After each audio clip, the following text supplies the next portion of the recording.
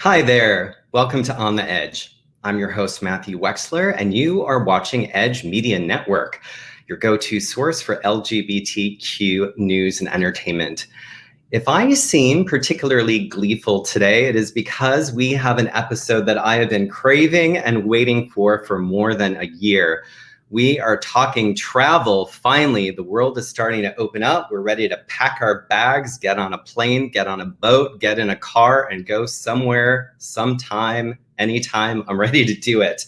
It's been a challenging year for many of our LGBTQ tour operators and travel companies, but they've been incredibly resilient, and they're looking to head ahead with a bright future and a lot of terrific things planned. And we have two of them with us today. Our Family Vacations and VACAYA, and I can't wait to hear what they have planned for the coming year. Our first guest co-founded Our Family Vacations in 2003. Since that time, the company has traveled with more than 20,000 guests across the world. Kelli Carpenter, co-founder of Our Family Vacations, has received awards from Out 100, Lambda Legal, the Family Equality Council, and Family Travel Association, and also received an Emmy nomination for producing a documentary on HBO about the inaugural Our Family trip. I can't wait to hear what Kelli has to say about what Our Family is up to and what they're planning for the coming months and years. Before we bring her on, though, let's take a look at one of their planned trips for 2021.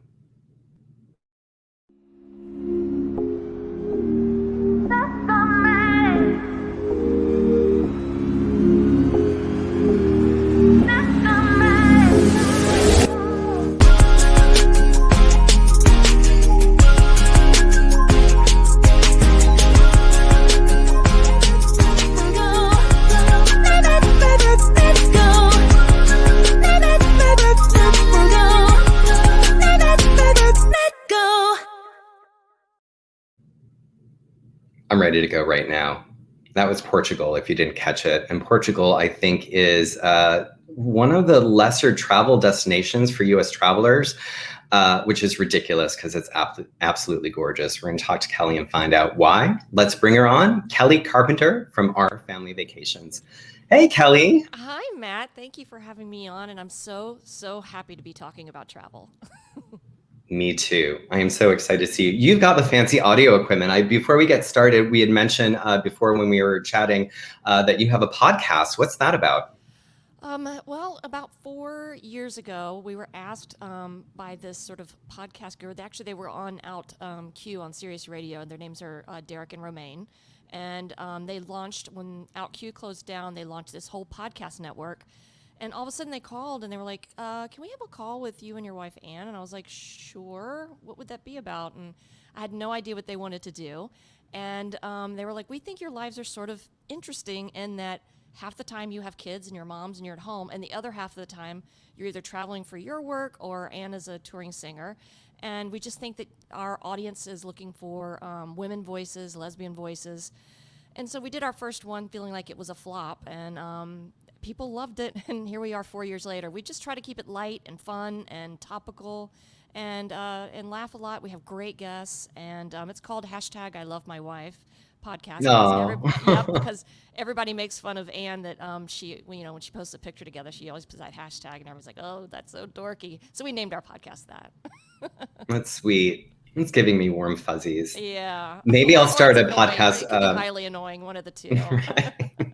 I'm going to start a podcast called I Love My Dog, but it's just going to be a one-sided conversation. It's not me. We'll probably have one episode and then we'll be canceled. But you'll get lots of likes on the photos when you post them on Instagram. Absolutely. So let's talk Our Family. It's been about 18 years. I'm curious, you and your co-founder, Greg, what the impetus was to start the company, where you saw a need in the LGBTQ travel space to start Our Family, and sort of how it differentiates itself from other tour operators that are in the marketplace.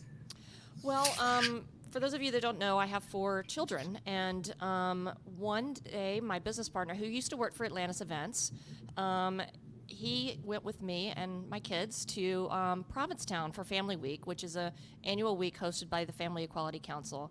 And it was such a magical, amazing experience that they were able to put this together, and that other LGBTQ families were able to meet other families. And it was just this wonderful experience. And all of a sudden, we looked at each other and we were like, why couldn't we do this for gay families on a cruise ship or in a resort? And the idea sort of blossomed from there. And we were able to launch it and on a full ship charter, which is really unbelievable and a real blessing to be able to start that big. And we were not quite sure who actually was going to show up. I mean, we personally did all the bookings, but when we went on that stage for the first time and looked down and saw all these families that each one had a unique story, no LGBTQ family was made the same way, and it's never been by accident that they end up a family. So it really just was the beginning of sort of launching this idea of a community. And it warms my heart every time when I sign on to Facebook and I see I'm like, how do they know each other? Oh, they met on one of our trips, and these kids have grown up together. And now, look, a lot of my business is now, you just saw the Portugal Douro River Cruise. That's adult only because I've got a land of empty nesters now. When you think we've been in business since 18 years. So, Right. We've continued that relationship with our guests, and it's just grown from there. So yeah, the idea just came from an organic experience that I had with my own kids of them seeing families that look like ours.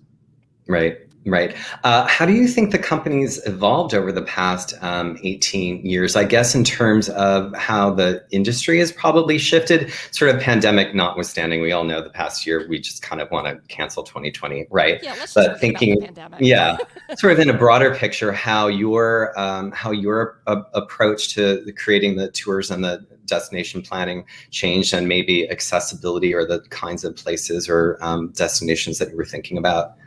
Well, I think that the culture has changed, especially for my family business. As far as in the beginning, we were looking for a safe space for LGBTQ families, and it is where they felt the safest. Now, that still stands true today, but we have come a long way. We can now get married legally. I mean, there's a lot of things that have happened since that time period. So it does become almost like what I talked about a little bit before, that people are looking for a sense of community, like-minded people, a culture that feels conducive to their family. And I think that it's gone from necessity to a desire for the same type of cultural community type of activity. So that part, I feel like we've grown in a good way. I feel excited about that. As far as destinations and things like that have changed, my business has changed in that we do host river cruises for LGBTQ families, LGBTQ adults, and their friends and families. So let's say a family of 6 may book, and it may be a couple, and they bring their parents and their brother and their sister-in-law. So we have a lot of, probably 30% of our travelers are extended friends and family. So, it really is, I wanted to create a company that was reflective of what my life looked like. And my life doesn't look like all lesbians. It doesn't look like all gay people. It looks like children, grandparents, aunts, uncles. It's a great way to sort of, bring your family on vacation in a place that everyone will be accepted. Yeah, and it's so true. I know there's been studies that come out, and this sort of transcends the LGBTQ market, that multi-generational travel. There's been a huge uptick in that over the past couple of years, families traveling together, families or families of choice are traveling together. So it speaks to how your business model has sort of changed and grown, which is awesome. And the river cruise companies and the cruise companies are accommodating that with programming, knowing that there'll be a lot of multi-generational families, especially right now. They're ready to go and they're ready to travel. Right. So let's talk about Portugal. So we showed you have some great trips that are planned coming up. Here's a beautiful shot of Portugal.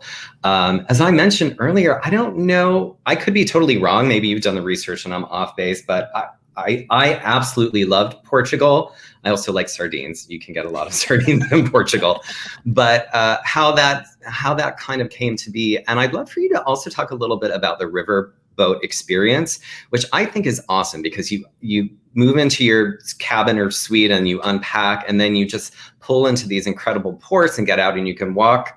And it's not a lot of busy work, sort of like shuffling around, right? Yeah, I mean, I fell in love with the river cruise experience a number of years ago, and didn't realize that there would be something that I would like even better than the larger cruise experience.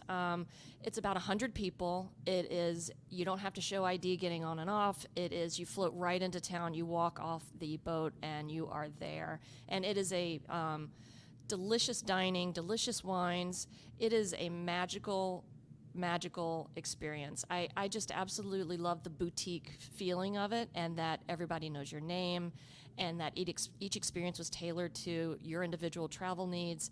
It's a very well curated experience. And part of the reason we picked Spain, Portugal is that we haven't been there yet. We've been doing a number of river cruises with Uniworld, who is an amazing partner. And I know we're going to talk about why and how we pick our partners.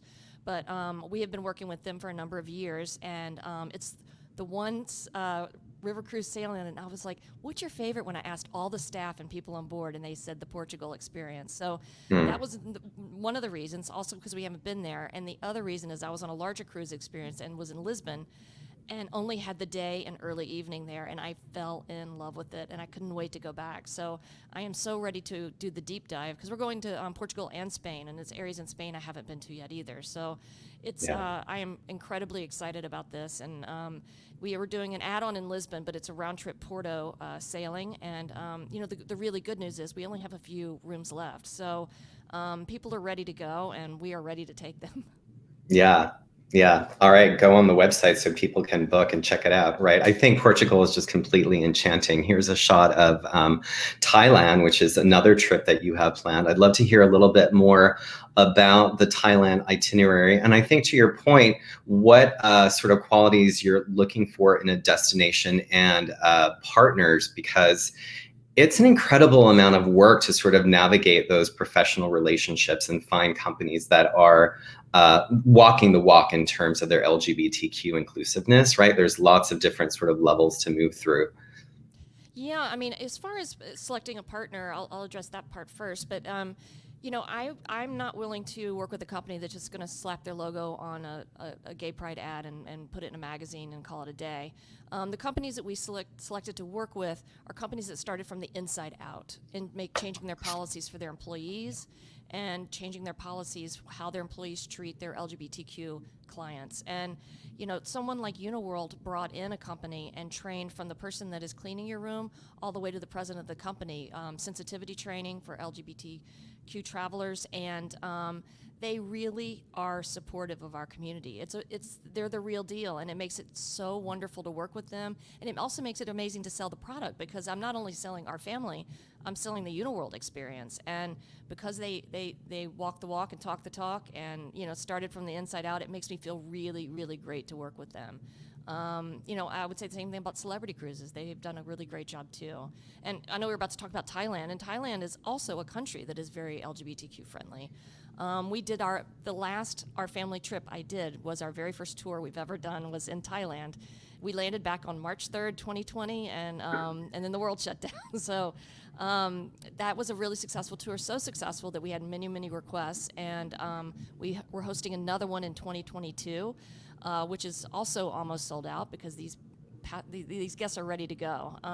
Right. But we start in Bangkok and Sukhothai and Chiang Mai and Phuket, and it's a guided, very LGBTQ friendly experience. And we bathed elephants, we took cooking classes, we kayaked.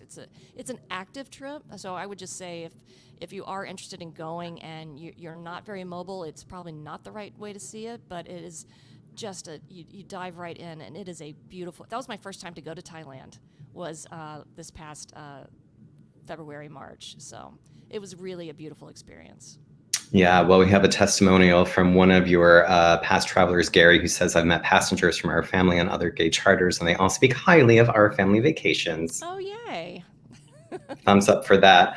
I was thinking as you were talking, we talked about the destinations and about sort of the engagement, but the community that you've built over the years is a huge part of what makes our family what it is. And I was thinking how particularly that's important for kids of same-sex parents, or whatever that blended family might look like, to be in an environment where it's just like, yes, right, this is a safe space for people to celebrate and love who they love without question. It's got to be so impactful. It is, and you know what's interesting is we do have a panel that we host on all of our trips called the Teen Panel or the Youth Panel, and it's kids and teens of LGBTQ parents that are there to address questions from other parents that have smaller kids about, you know, the challenges that these kids face in school with bullying and being teased. And Right. the other thing that I always have to keep in mind is that, you know, I live in New York, and, you know, it's a lot more open-minded. A lot of my guests live in the middle of the country or in other places that are not as open-minded and not as accepting. So many of these kids, this might be the first time they see their parents hold hands in public. It might be the first time they see a family that looks like their own. And that experience is something that they have for that week of just pure bliss. It fills their hearts, and then they go out into the world just feeling a little bit better, and then they come back the next year. And, you know, we have a huge repeat business, and these kids have grown up together, and it's just like those friendships, especially now with social media, they're able to keep them going over the course of the years and be supportive of each other. It is a really wonderful thing to see, and I think that, you know, my very first sailing that we did, that you were talking about, the documentary, was you know, really eye-opening, especially, you know, for me. I grew up, you know, my kids grew up in a lesbian household, but to watch gay men raising children and just the beauty of all of that was really fantastic. It's really uplifting, and it's great to hear, and it's great to think about you able to do it once again and have these trips planned. We want you to stick around. We have a couple quick fire questions for you at the end after our second guest. So we're just going to put you back into the VIP lounge, which is really just Kelly's living room, but it sounds fancy, right? So we will see you in a bit. Thank you for sharing everything that you have about our family. And our next guest, I'm excited to talk to as well. He spent more than 25 years in the travel and hospitality industry, from Atlantis Events and Starwood Hotels and Resorts to RSVP Vacations. And several years ago, he and a couple of his other wanderlust-driven cohorts decided they were going to start a LGBTQ travel company, and they did it, and they came out of the gates on fire, and it's been a huge success ever since, even despite the past year, which once again we're going to forget about. I'm talking about Randle Roper, who is the CEO and co-founder of VACAYA. I want you to first, though, take a look at what VACAYA is all about. It's a blast.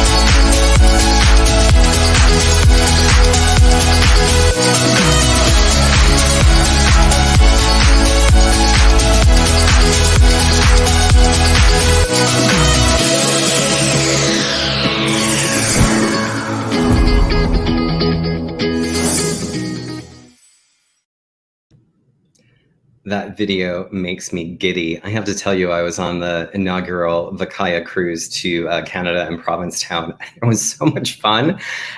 All that you just saw and a lot more, but we're going to hear about it from Randle Roper. Let's bring him on. Randle, CEO and co-founder of VACAYA. It's great to see you, Randle. Likewise, Matthew. Hello. Oh my gosh, that's so much fun. It leaves me almost speechless. I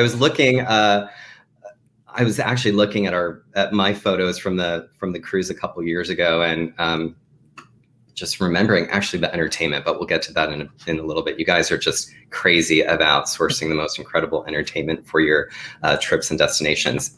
Anywho, I also wanted to mention that we are streaming on VACAYA's Facebook page, and I appreciate you doing that. And it really is a testament to your company and sort of the celebration and inclusionary attitude that we are all in this together, and sort of bringing back the queer travel space together. I think it was a great gesture, and we appreciate you sharing our broadcast as well. Of course. So as I was doing some research, I didn't realize that you did have a particular incident when you were in your 20s that was pretty profound and really kind of catapulted you into a career and a life in the travel industry. And I think in some ways it parallels the darkness that we're all coming out of from the past year. I thought maybe you could just share a little bit of what that experience was like for you and how it sort of impacted where we are today. Sure. It's funny, you and I have never talked about this, but I was thinking about it earlier today. That's actually part of my coming out story as well. I had flown home to New Orleans over the weekend. I was going to come out to my family, and I was a chicken the entire weekend. And finally, on the last night, I had a really momentary connection with my mom where I felt comfortable coming out. And the next morning I flew home to Los Angeles, and literally it was that night where I had a major stroke. So the doctors were never able to say exactly why it happened, but I lost my ability to read, write, talk, walk. And I don't know if it was the stress of coming out and having that relieved that all of a sudden my brain just went a little cuckoo. But I spent about a year in physical and speech therapy. And I, making bargains with myself the entire time, like, okay, if you get better, you're finally going to see the world. Because at that point, although I lived in Los Angeles, I hadn't really traveled a whole lot. I'd been to New York. I grew up in New Orleans. So we'd go over to the Florida Panhandle. That was about it. So I said, listen, if I can get better, I will get my passport, which I didn't have at the time. And I wanted to travel to 100 countries by the time I turned 40. And lo and behold, I managed to hit that goal. In fact, I just went to my 124th country 2 weeks ago in Costa Rica. Randle, I am having a problem hearing you, but we are looking into that. Let's do a test. Can you hear me at all? I'm having some sound issues, but I think we're just going to keep moving ahead. That's the glory of live broadcasting. We're taking a look at Antarctica, which is one of the upcoming trips that you have. You're planning and moving ahead with itineraries. You're going to some familiar destinations, but you're also pushing the envelope. I'd love to hear about what that's been like planning itineraries like Iceland, which is sold out, and this incredible trip to Antarctica. Sure. Well, we really took a look at the entire LGBT travel landscape and realized that for too many years, the companies out there have kind of just gone to the same places over and over and over again. So we recognized that that would be an opportunity to really sort of break the mold on what was possible. And it started with Iceland, where we're like, we're going to do a circumnavigation of Iceland, which of course would never even come across the desk of anyone out there who does what we do. But it was an immediate response, and we were so lucky to sell that out. We actually just sold that out a few weeks ago. But coming out of the pandemic, it was really the Antarctica cruise that let us know that, okay, things are different now. People are ready to go, because we released our Antarctica cruise, which is an 11-night experience, in January of this past year, and we sold out in 10 days. Now, that might not sound like a huge accomplishment, but when you look at the price point, which is Antarctica is the most expensive destination to travel to on the planet. And it was a starting price of about $25,000 per room, and we sold it out in 10 days. And we realized at that point that we had really sort of stumbled upon, to a certain degree, a specific formula that we knew would work for the LGBT plus community. And that was sort of this super yacht vacation at a good price point, at a fair value. And then we just started launching cruise after cruise after cruise. Our Seychelles cruise, which is the first time in history, that one sold out in 8 days. And then we launched a Greek Isles cruise, which has been done before, obviously, but we're going to different islands that people have never, ever traveled to. And that one sold out in 5 days. So it's been it's incredible. Yeah. And I think to what Kelli was speaking about, people are really craving traveling, and we also we've saved the money. Many of us have, right, over the past year and several months. So perhaps some people have the resources that they can do those bucket list trips. Provincetown, I'm not sure. Do you still have room for that? P-Town takeover next month? Yeah, so, it's not. We don't. Yeah, go ahead. Sorry, Matthew. No, go ahead. I was going to say we don't have many rooms left. Yeah. Right. It really is just this hub of LGBTQ history and creativity. There's just such an incredible legacy there. And also for your company, because that was the inaugural trip to Canada and P-Town where you docked for a couple nights, which was so much fun. And I think it's a great sort of re-entry for people perhaps who want to stay domestic to head out to P-Town. What are some of the things that you have planned with that? Sure. Well, let's start with the fact that everything is shifting. We've partnered with about 40, gosh, anywhere between 40 and 50 local businesses to provide sort of a best of P-Town experience. And a lot of the people who are traveling with us have been to P-Town before, but there are many, many newbies among them. So we've really taken sort of the best of the best of the best that P-Town has to offer, and we put it all together in a great package. And we're doing whale watching and clam bakes and lobster dinners and all of these wonderful things. And we had hoped to do a bar crawl to some of the iconic bars. We scrapped that a couple of weeks ago because of the regulations. And then, of course, yesterday, the governor of Massachusetts declared that all of the restrictions are going to be over May 29th. So we are going back to the planning board to rejigger all of the pieces, because now we're going to have a much more what we'll call normal experience in P-Town. So we're really looking forward to it. And we only have, I think it's around 12 or 13 rooms left in total. So it's a really great option for anyone who's vaccinated and ready to hit the road, because it's coming up June 14th and 6 nights in one of the most fabulous American destinations you could ever hope for.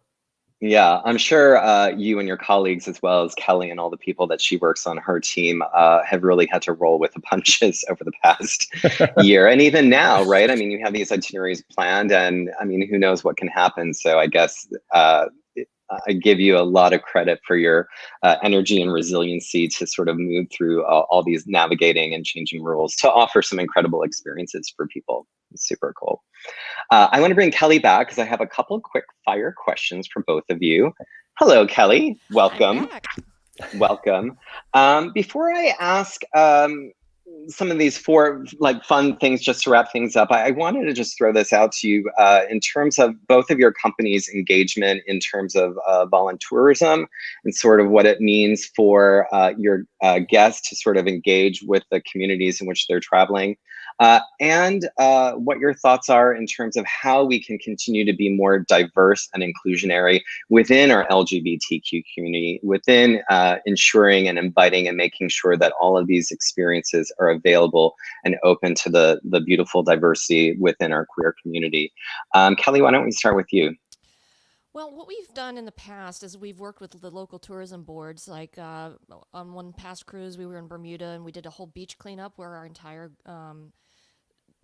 group participated in the beach cleanup, and it was great for everybody because I think that it gives people an idea of how they can actually give back.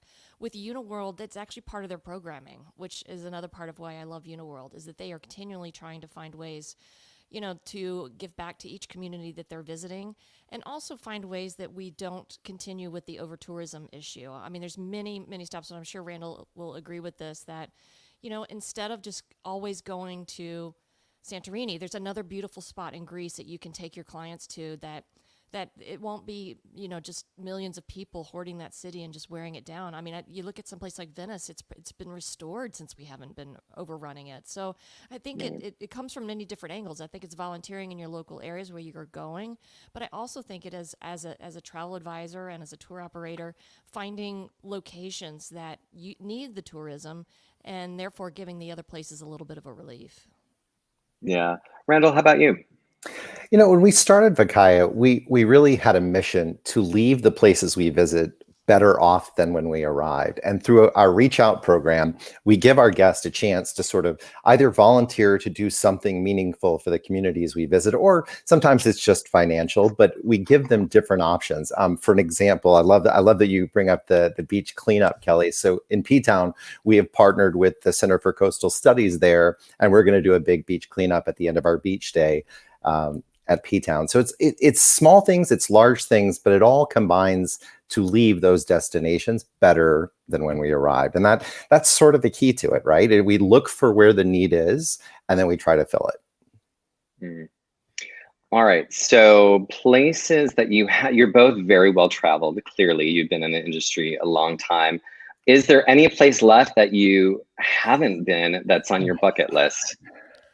Well, I mean, there's a lot of places on my bucket list, and I'm ready to go to all of them. But one of them is on my bucket list that I've never been to, which is so strange that I've never been there, is Ireland. And we just announced last week that we are hosting a tour in Ireland in October 2022. And selfishly, it was on my list, so I was like, well, let's do a tour there.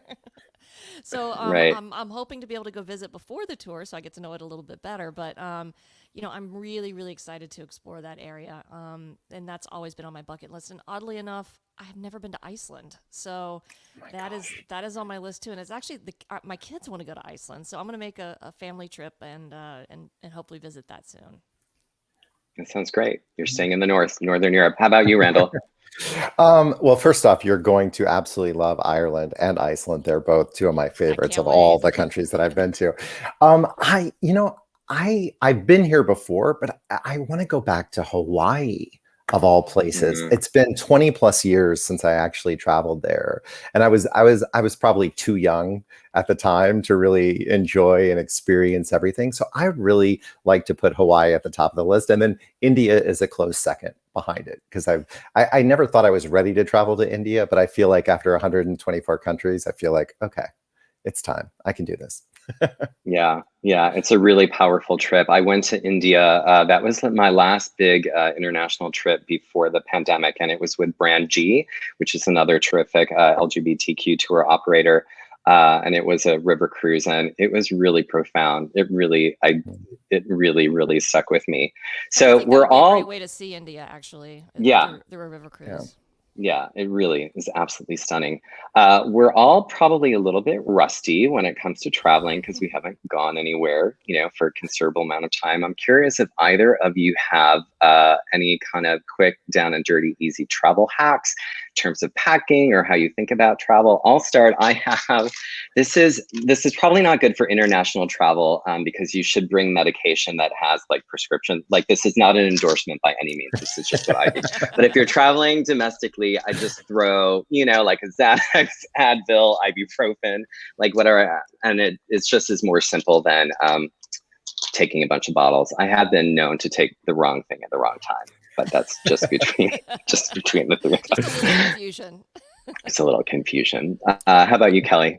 Well, it's funny because I just went on a trip to St. Martin to see the opening of the Belmont Hotel there, and all of a sudden I took out my suitcase. I was like, do I remember how to pack? Like, all of a sudden I was like, you know what? I'm going to have to go back to making lists because I feel like I am so rusty. But a couple of things that I really enjoy traveling with is, one of my things is a cord wrapper. Have you seen those things that hold all your electrical cords so they're not like a tangled, bungled mess in your bag? I haven't. And you Is it file like them in and you wrap it up, and it keeps everything so organized. I'm also a big believer in the packing cubes, the zipper pouches, especially if you're going a place that has multiple. Let's say you're going to Fort Lauderdale and you're going to board a cruise ship and you have one night in a hotel, you pack in one little cube, so you just take one thing out. You don't have to take everything out of your bag. It also separates things, makes it easy to unpack. So I love my packing cubes. And one other thing I really love is I finally got I got tiles, the electronic trackers for my suitcase, because actually I was on one of Randle's trip on RSVP. My wife was singing, and my bag was lost by the cruise line, and it was 4 days without a suitcase, and it just so happened that some guy had it across the hall from me for 4 Oh my gosh. So had I had one of those tiles on it, I would have been like, oh, it's only 10 feet away. So that's my... That's so hilarious. That's terrible and hilarious at the same time. Look, it was fine. I was on a vacation and I got to hear Ann sing and was with a bunch of wonderful gay men. I couldn't really complain. Other than, Right. Okay, one funny thing. I went to the front desk and I was like, can I get like a credit for the gift shop so I can buy, some clothes? And they were like, no, we don't do that. But here's some... it's called Wonderwear. It's one-time underwear. That's what they handed me. And I laughed so hard. I was like, you know what? I'll just hand wash things. I'm good to go. Right. Yeah. Hence the tiles. Well, clearly you're the type A one in the relationship, right? You've got all these great organizing. We both are like, very... we're both pretty organized. She's strangely enough an artist, but also very left brain, right brain. She's got a little bit of both. So... We have certain things that, like, she's in charge of toiletries because she doesn't like the way I pack them. So I'm like, all right, fine, go for it, you know. But it is, Right. you know, as a couple, you get good at packing together. Right. How about you, Randle? Travel hacks. Oh, I am a horrible overpacker. So I've learned through the That's not good. years, frankly, if you pack your suitcase, let's just talk about big ship cruising for half a second. You most likely can take 50% of that out because you're never going to put it on. Right. So I would recommend really finding items, especially on the pants and short side, that you can wear multiple days without any issue. If there are 7 nights, I tend to pack 12 pairs of pants. I don't know why, but I've now gotten that down to 5. So that's my goal. So whatever your number is, bring that down probably 50%, and you're good to go. And I agree completely with Kelli on the cord organizer. It's a must. All right, Who Matt. knew? Now I I'm know. gonna have to Now get I know one. what your Christmas present is going to be. I'm going to send you a cord wrapper. No, I'm gonna have to like look that up when we get off of this stream. I never even thought of it, but I Especially do if always your have brand is tangled cords. organized. Yeah, there's Yeah, not too many cords. There's just way too many. right. Good to know. And Randle, if we don't pack as many pants, it'll leave more room for all the theme party costumes and door decorations, right? I mean, So come on. Yes, that's exactly it's a right. balance. Right. You make sure you do have enough underwear and swimwear and socks. Those are must-haves. If you go over on those numbers, fine, but cut down on the And pants. glitter. Yeah, glitter too. Thank you both. It has been so much fun chatting with both of you. I am so thrilled and excited to see your companies burst into 2021 and beyond with the tours that you have planned. I encourage our viewers to check out both of your websites and find the right trips that fit them and you, and start traveling. We'll see you both soon. Thank you for joining us. Thank you for having us. Thanks, Matthew. Absolutely. And there you have it, another episode of On the Edge. Be sure to tune in next week. That would be Tuesday, May 25th, Eastern Standard Time at 1 p.m. We are starting a new series called Living Sober in collaboration with Recovery Unplugged. And our first guest is Mark Turnipseed, a high-profile athlete and author.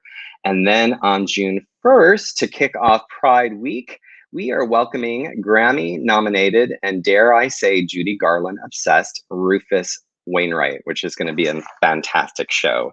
Until then, I am your host, Matthew Wexler, encouraging you to live on the edge.